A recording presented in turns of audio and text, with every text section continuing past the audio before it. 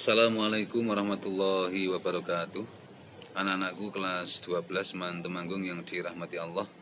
Alhamdulillah wa syukurillah kita bisa bermuajahah walaupun masih secara online untuk melanjutkan kegiatan pembelajaran kita. Mari kita awali kegiatan pembelajaran ini dengan baca basmalah. Bismillahirrahmanirrahim. Anak-anakku, saya pada kesempatan ini akan melanjutkan menyampaikan materi tentang sumber hukum Islam yang muttafaq. Dalam hal ini kita lebih menekankan pada menganalisis sumber hukum Islam yang muttafaq, Al-Quran, hadis, ijma' dan qiyas. Dan karena materi kita usul fikih atau konsep usul fikih, maka penyampaian saya akan menekankan pada pedoman sumber hukum Islam muttafaq itu dalam menetapkan hukum. Jadi penekanannya lebih spesifik kepada pedoman penetapan hukum dari 4 sumber hukum Islam yang muttafaq. Maka nanti sub-sub materi yang lain bisa kalian baca sendiri. Langsung saja kita simak. Pertemuan yang lalu untuk Al-Quran sudah saya sampaikan tentang pengertian, kemudian kandungan Al-Quran dan sebagainya, dan itu kalian juga pernah mempelajari di pelajaran Quran hadis, maka nanti bisa dibaca-baca sendiri. Kita akan lanjut pada pedoman Al-Quran dalam menetapkan hukum. Nanti kita lihat untuk yang hadis, ijma' dan qiyas. Jadi yang langsung saja, Al-Quran sebagai sumber hukum Islam yang pertama dan utama ini ternyata punya beberapa prinsip ketika menetapkan hukum. Yang pertama, tidak memberatkan. Allah berfirman dalam Al-Quran surah Al-Baqarah ayat 286, Bismillahirrahmanirrahim, la yukallifullahu nafsan illa wus'aha. Allah itu tidak akan membebani seorang melainkan sesuai dengan kesanggupannya. Artinya kita bisa mengetahui anak kecil belum dikenai hukum yang memberatkan, yang diwajibkan. Orang yang akalnya tidak 100% juga tidak dikenai hukum. Wanita yang sedang haid, dia tidak diwajibkan sholat, tidak diperbolehkan baca Al-Quran dan sebagainya, tidak diwajibkan puasa karena akan repot karena dalam kondisi menstruasi. Itu sebagian contoh bahwa Islam itu tidak mungkin memberatkan kepada manusia atau umatnya. Dalam ayat yang lain Allah berfirman, Al-Baqarah 185, Bismillahirrahmanirrahim, yuridullahu bikumul yusra wa la yuridu bikumul usra. Ila akhirih. Kalian baca sendiri, artinya Allah menghendaki kemudahan dan tidak menghendaki kesukaran bagimu. Nah, ini kalau terkait dengan kewajiban-kewajiban yang harus dilakukan oleh umat Islam, itu tidak mungkin perintah dari Allah itu membahayakan bagi manusia. Contohnya yang dalam keseharian mungkin kita rasakan berat, sholat subuh berjamaah. Ini kan sebagian saya mengalami di kampung saya, itu masjid kalau pagi hari itu jarang sekali ditemukan anak-anak seusia kalian, seusia SLTA, MA.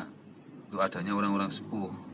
Maka berarti kan yang seusia kalian masih pada tidur lah. Mungkin kalian menganggap bahwa perintah sholat ini berat, tapi sebetulnya tidak. Ini karena kalian tidak mampu melawan diri sendiri saja.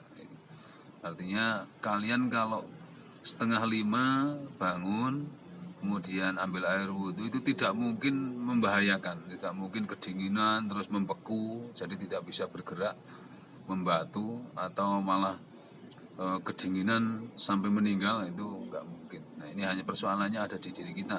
Kalau Allah melalui Al-Quran diyakinkan tidak akan memberatkan manusia dalam hukum-hukumnya. Yang kedua, meminimalisir beban, qillatu taklifi. Bahkan hukum-hukum yang sudah Allah berikan, terutama yang wajib-wajib, ibadah mahdhah khususnya, itu ada rukhsah, ada keringanan bagi kondisi-kondisi tertentu, orang yang dalam kondisi tertentu. Nah, di sini dicontohkan sholat 5 waktu yang waktunya berbeda-beda, itu ketika dalam kondisi tertentu bisa dikumpulkan, dijamak. Dalam perjalanan jauh sampai 80 km maka bisa dikumpulkan di jamak, misalnya duhur dengan asar, kemudian maghrib dengan isya. Kemudian orang yang sedang sakit di bulan puasa juga tidak harus berpuasa, bisa diganti di hari yang lain. Bahkan makanan saja untuk yang darurat, ketika misalnya dalam kondisi terdesak, perjalanan atau berpetualang di tengah hutan, tidak ada makanan yang semula yang hukum asalnya haram saja bisa dihalalkan. Misalnya hanya menemukan hewan atau binatang yang giginya bertaring tapi tidak ada yang lain, maka itu diperbolehkan. Itu berarti hukum Islam meminimalisir beban. Yang berikutnya berangsur-angsur dalam menetapkan hukum. Hukum tidak seketika. Ada beberapa hukum di dalam hukum Islam itu yang oleh Al-Quran tidak langsung seketika ujuk-ujuk menjadi wajib atau menjadi haram dan sebagainya, tapi ada proses. Nah, di sini dicontohkan minuman keras. Ini sebelumnya ini hanya ada saran bagaimana di Al-Quran surah Al-Baqarah ayat 219. Ini tentang suruh melihat ada dosa, ada mandorot, ada manfaat, ada mandorot. Nah ini kalau lebih besar manfaatnya bisa diperbolehkan minuman keras. Tapi seiring perjalanan waktu, akhirnya nanti bisa dibaca lebih detail kalian ya. Akhirnya surah tentang keharaman mengkonsumsi minuman keras ini pada surah Al-Maidah ayat 90. Ini sudah melalui beberapa tahap. Nah ini yang terakhir, Allah menghukumi bahwa khamar itu haram dengan turunnya surah Al-Maidah ayat 90. Nah, ini yang kelas 11 kemarin sudah kita pelajari tentang hudud, larangan minuman keras. Nah, ini bahwa bukti bahwa hukum Islam, Al-Quran dalam menetapkan hukum Islam itu berangsur-angsur. Ini pedoman penetapan Al-Quran untuk pedoman penetapan hukum dalam Islam di dalam Al-Quran. Anak-anakku yang dirahmati Allah, selanjutnya kita masuk al-hadis, pengertian kemudian macam hadis. Ini saya kira perlu kalian sudah pernah pelajari di Quran hadis dan silakan nanti dibaca sendiri. Kemudian kita akan ke hadis dalam konteks hukum Islam. Ini hadis ini menguatkan hukum di dalam Al-Quran. Tapi kaitannya dengan usul fikih, ini biar tidak semua kita bahas. Nah, bahwa kenapa hadis ini menjadi hukum yang kedua, dasar kehujahan hadis dan kedudukannya sebagai sumber hukum Islam. Ini sudah dijelaskan dalam Al-Quran bahwa ada ayat-ayat Al-Quran yang menjelaskan tentang kewajiban mempercayai dan menerima segala yang disampaikan oleh Rasul kepada umatnya untuk dijadikan pedoman hidup sehari-hari. Maka yang tidak dari Al-Quran pun kalau Rasulullah melaksanakan maka harus diikuti, sebagaimana di surah Ali Imran ayat 179. Bismillahirrahmanirrahim. Ma kana Allahu liyadharal mu'minina ala ma antum alaihi hatta yamizal khabitha minat thayyib. Wa ma kana Allahu liyudli'akum 'alal ghaibi walakinallaha yajtabi min rusulihi man yasha. Fa aminu billahi wa rusulihi wa in tu'minu wa tattaqu falakum ajrun 'adzim. Kita memang suruh beriman kepada Allah dan Rasulnya. Nah, ini banyak ayat tentang itu. Artinya ketika setelah beriman kepada Allah, perwujudan perintah Allah di mana? Al-Quran. Beriman kepada Nabi, perwujudan perintah Nabi yang tidak langsung dari Allah mana? Al-Hadis atau As-Sunnah. Karena Rasulullah selain dalam setiap tutur katanya itu ada yang firman, ada yang hadis qudsi, ada yang murni dari dirinya sendiri. Maka nanti hadis juga dibagi. Kalian pernah pelajari, ini di atas juga ada tapi nggak perlu kita bahas. Ada hadis qauliyah, ada fi'liyah, ada taqririyah, bahkan juga ada hammiyah. Nah, kita langsung ke ini yang hadis, fungsi hadis. Fungsi hadis terhadap Al-Qur'an, karena dalam konteks hukum Islam ini hadis menjadi hukum kedua setelah Al-Qur'an. Berarti setelah Al-Qur'an hadis. Lah, hadis ini tidak bisa lepas dari Al-Qur'an. Maka fungsinya apa? Kenapa masih dibutuhkan hadis setelah Al-Qur'an? Yang pertama, bayanut taqrir, yakni menetapkan dan menguatkan atau menggarisbawahi suatu hukum yang ada dalam Al-Qur'an. Nah, contoh hadis tentang penetapan bulan dengan kewajiban puasa di bulan Ramadan. Nah, ini hadis ini menguatkan Al-Qur'an ayat 185 tentang perintah puasa. Nah, hadisnya fa idza ra'aitumul hilala fasumu wa idza ra'aitumuhu faftiru. Ini tentang ru'yah atau ru'yat, ya, ru'yat bukan ru'yah. Ru'yah mengobati itu bukan, ru'yat melihat bulan. Apabila kalian melihat bulan maka berpuasalah. Apabila melihat bulan apabila kamu melihat bulan itu dan ketika mau berhenti berpuasa juga dengan cara melihat bulan. Maka ini yang menjadi dasar hukum ketika ulama-ulama menjelang pergantian bulan dari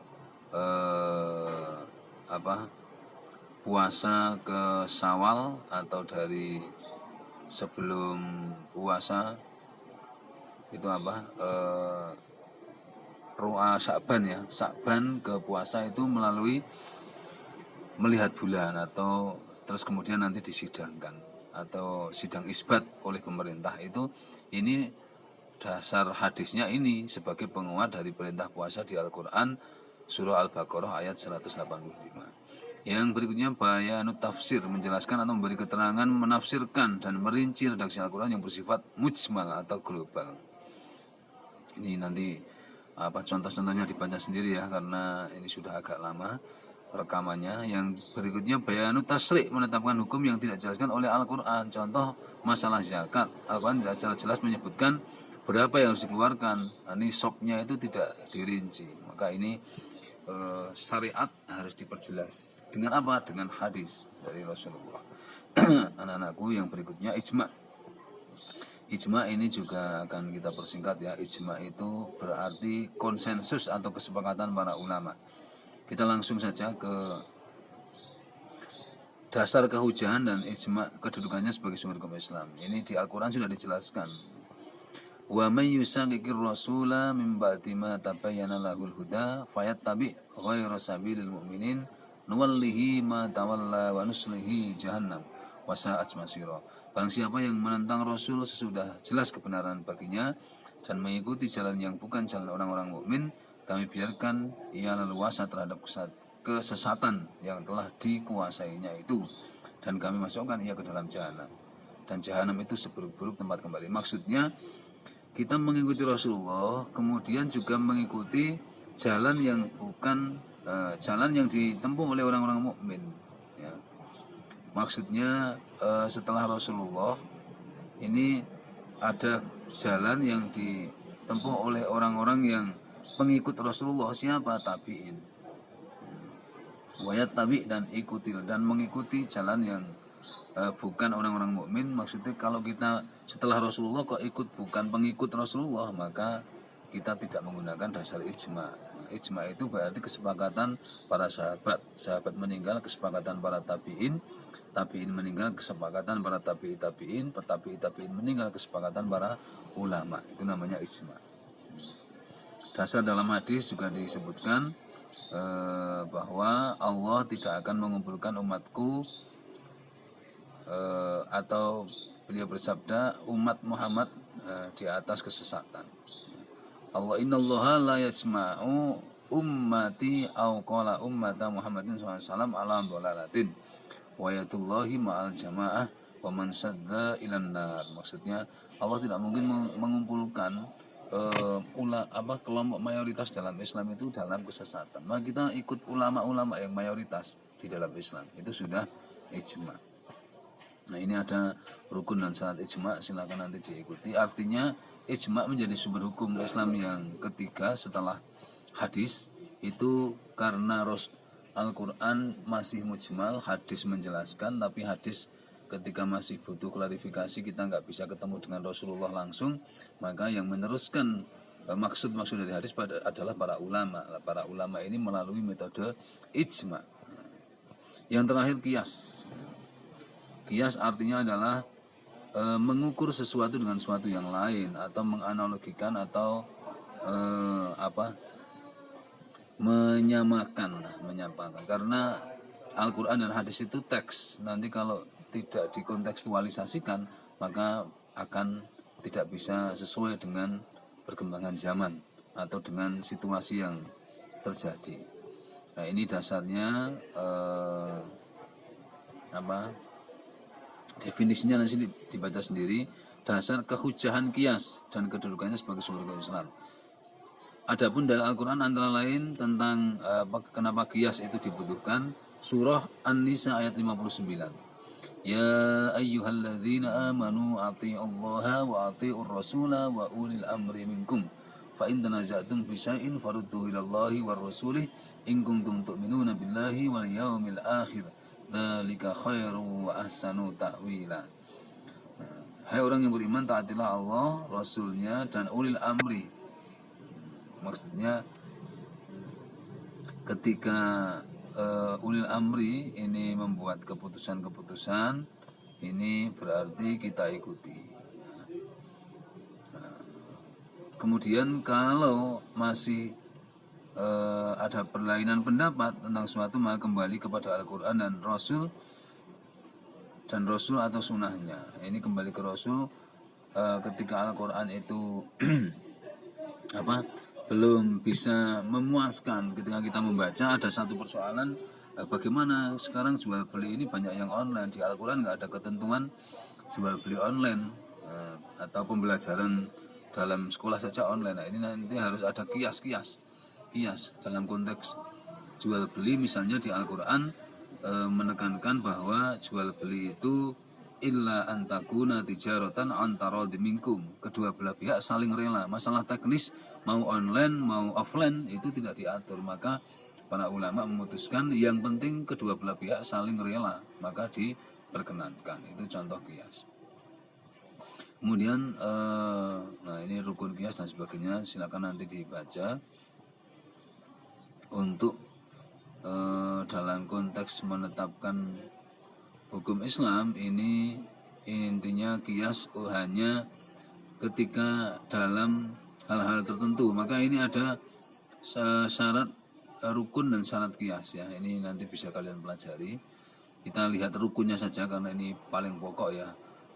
Ulama usul telah sepakat bahwa kias harus berpijak kepada 4. Kalau mau menetapkan hukum dengan pendekatan kias, ini ada 4 hal yang tidak boleh ditinggalkan. Yang pertama, adanya al-aslu atau pokok. Persoalan yang telah disebutkan hukumnya di dalam nas. Ini harus ada sumbernya di nas. Jangan kias tapi keluar dari Al-Quran, nggak boleh. Harus bersumber dari Al-Quran. Ada dalil pokoknya, nanti baru cari kiasan atau analogi dan sebagainya. Yang kedua, adanya cabang yang disebut al-far'u, suatu persoalan peristiwa baru yang tidak ada nas yang menjelaskan hukumnya dan ia disamakan hukumnya dengan pokok melalui kias. Tadi misalnya jual beli, wa ahlallahu al-bai'a wa harrama riba, kan sudah ada dalilnya. Sekarang ada istilah jual beli online. Nah itu bai'anya ada, jual belinya ada, tapi online-nya kan nggak ada lah. Nanti dicari, digali lagi. Ini harus menggunakan pendekatan kias. Yang ketiga, adanya ketetapan hukum, yaitu suatu hukum yang ada pada pokok dan ia akan diberlakukan sama pada cabang. Ketetapan hukum. Ketika kias harus menetapkan hukum, jangan mengambang atau tidak ada kesimpulan. Yang terakhir, adanya kesamaan sifat atau ilat, yaitu sifat atau keadaan yang dijumpai pada cabang dan juga ada pada pokok. Artinya pokoknya tadi tentang jual beli, nanti cabangnya jangan sampai keluar dari konteks muamalah atau jual beli. Termasuk misalnya zina, larangan berzina, wala taqrabuz zina, janganlah kamu mendekati zina. Itu pokoknya ya. Kemudian sekarang perkembangannya ada hukum laki-laki dan perempuan berduaan atau berpacaran. Nah ini harus ditinjau. Maka harus ditetapkan hukum bahwa berduaan antara laki-laki dan perempuan itu berpotensi akan terjadinya perbuatan zina. Maka di Al-Quran zina tidak boleh didekati, artinya melakukan apalagi tetap dilarang. Nah ini kias dengan sifat keadaan yang dijumpai, bahkan ada sesuatu yang lebih berbahaya dari yang dilarang di Al-Quran. Al-Quran melarang mendekati zina, tapi sekarang malah kehidupan nyata sebagian laki-laki perempuan bahkan ketika berpacaran melakukan hubungan itu misalnya, ini maka harus didekati dengan kias bahwa wala taqrabu zina, mendekati saja tidak boleh, maka melakukan adalah haram. Anak-anakku, mohon maaf ini agak lama karena memang membahas sumber hukum Islam ini saja sudah saya percepat, saya persingkat. Nah, semoga kalian bisa mendalami lebih lanjut, dan insya Allah untuk pertemuan berikutnya kita sudah membahas 2 KD. Nanti akan saya laksanakan ulangan harian langsung 2 KD, misalnya 10 soal ya, yang 5 KD konsep usul fikih, yang 5 sumber hukum Islam muttafaq. Atau kalau 20 berarti masing-masing 10 soal. Demikian anak-anakku, mohon maaf bila terlalu cepat dalam menyampaikan, agar nanti durasi videonya nggak terlalu panjang. Terima kasih atas perhatiannya, tetap semangat belajar, semoga kalian senantiasa sehat walafiat dan bahagia. Wallahul muwaffiq ila aqwamit thoriq. Wassalamualaikum warahmatullahi wabarakatuh.